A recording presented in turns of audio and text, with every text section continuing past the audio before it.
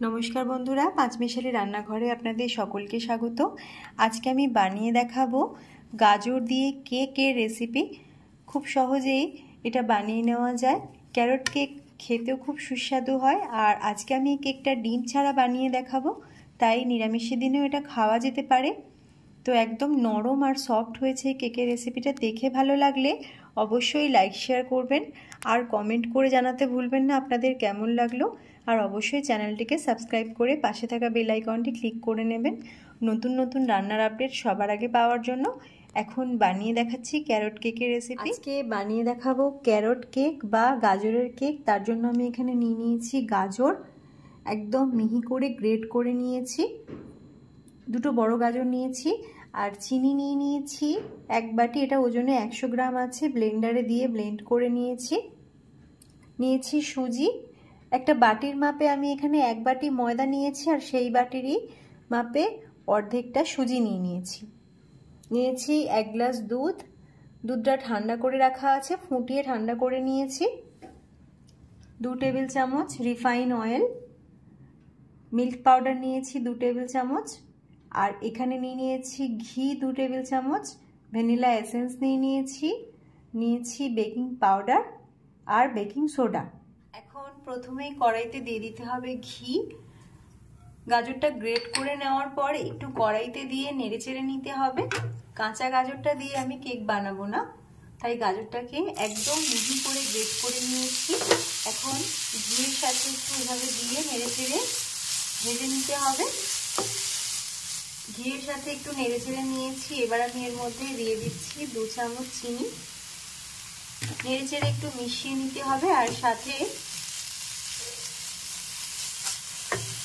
Milk পাউডারটা দিয়ে দিচ্ছি।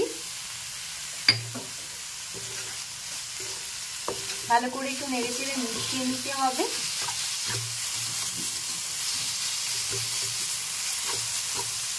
একটু ভালো করে মিশিয়ে নিয়েছি, এখন গ্যাস অফ করে দিলাম।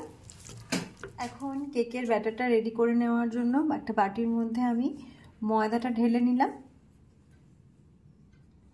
সাথে মিশিয়ে দেব সুজি আর দিয়ে দিচ্ছি গুঁড়ো করা চিনি।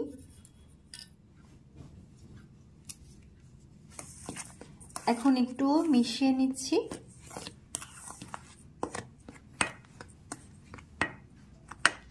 এবার আমি এর মধ্যে দিয়ে দিচ্ছি রিফাইন অয়েল।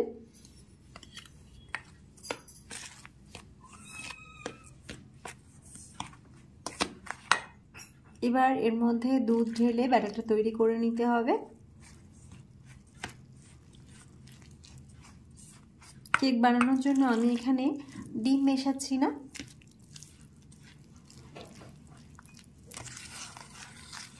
এখন ব্যাটারটাকে রেডি করে নিচ্ছি।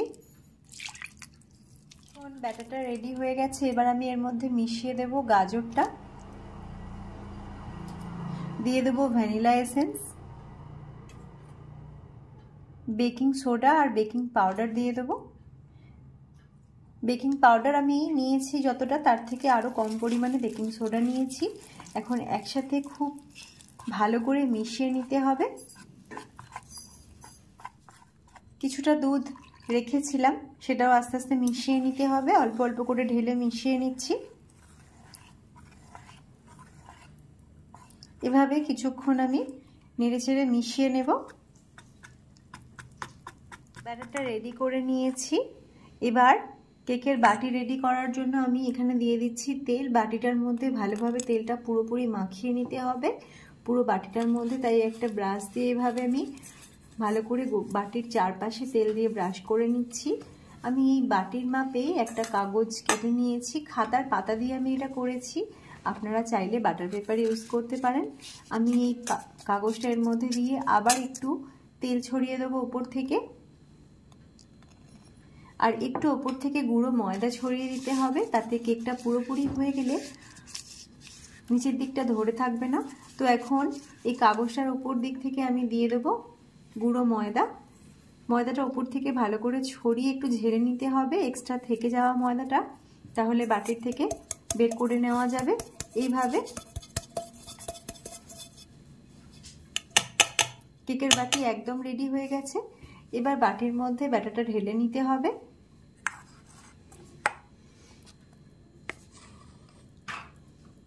এটা একদম নিরামিষ কেক।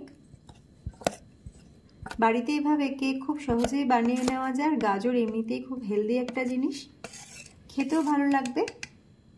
এখন ব্যাটারটা আমি ঢেলে দিয়েছি, বাটিটা একদম রেডি করে নিয়েছি। এভাবে একটু ঠোকা দিয়ে নিলাম, তাতে চারপাশে কোনোভাবে জায়গা থাকবে না বা ফাঁকা থাকবে না। একটা কড়াই বসিয়ে নিয়েছি, তার মধ্যে আমি দিয়ে দিচ্ছি কিছুটা নুন। একটু এভাবে ছড়িয়ে দিতে হবে, আর এর উপরে একটা খাবার রাখা স্ট্যান্ড বসিয়ে দিতে হবে।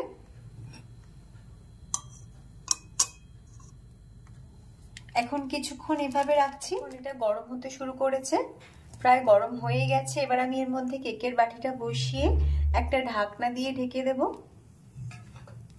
মোটামুটি 1 ঘন্টা মতো রাখবো। ঢাকনা দিয়ে ঢেকে দিলাম। গ্যাসের ফ্লেমটাকে মোটামুটি 10 মিনিট এভাবেই রাখবো হাই ফ্লেমে। তারপর ফ্লেমটা কমিয়ে মিডিয়াম টু লো করে নিতে হবে। 1 ঘন্টা হয়ে গেছে। এখন 1 ঘন্টা পর আমি ঢাকনাটা খুলে নিচ্ছি। মাঝখানে ঢাকনাটা খুলে দেখে নিয়েছিলাম, তখনও কিছুটা বাকি ছিল, তাই আবার ঢাকনাটা দিয়ে নিয়েছিলাম। প্রথম 10 মিনিট হাই ফ্লেমে রাখার পর বাকি সময়টা আমি মোটামুটি মিডিয়াম ফ্লেম থেকে একটু কমিয়ে রেখেছিলাম। একটা কাঠির সাহায্যে এভাবে দেখে নিচ্ছি, কাঠির গায়ে কিছু লেগে নেই। কেকটা একদম রেডি হয়ে গেছে। আমি গ্যাসটা অফ করে দিচ্ছি। কেকটা রেডি হয়ে গেছে। এবার আমি বাটিটা একটু ঠান্ডা করে নামিয়ে নিয়েছি। ছুরি দিয়ে চারপাশটা এভাবে একটু ঘুরিয়ে নেব, তাতে কেকটা ছেড়ে আসবে বাটির থেকে। এখন বাটিটাকে একটু উল্টিয়ে দিতে হবে, আর ওপর থেকে একটু ঠোকা দিয়ে দিলে কেকটা খুব সহজেই বাটির থেকে বেরিয়ে আসবে। তো এখন আমি একটা প্লেট ওপরে বাটির মধ্যে দিয়ে ঘুরিয়ে নেব, আর বাটিটার থেকে কেকটা বার করে নেব।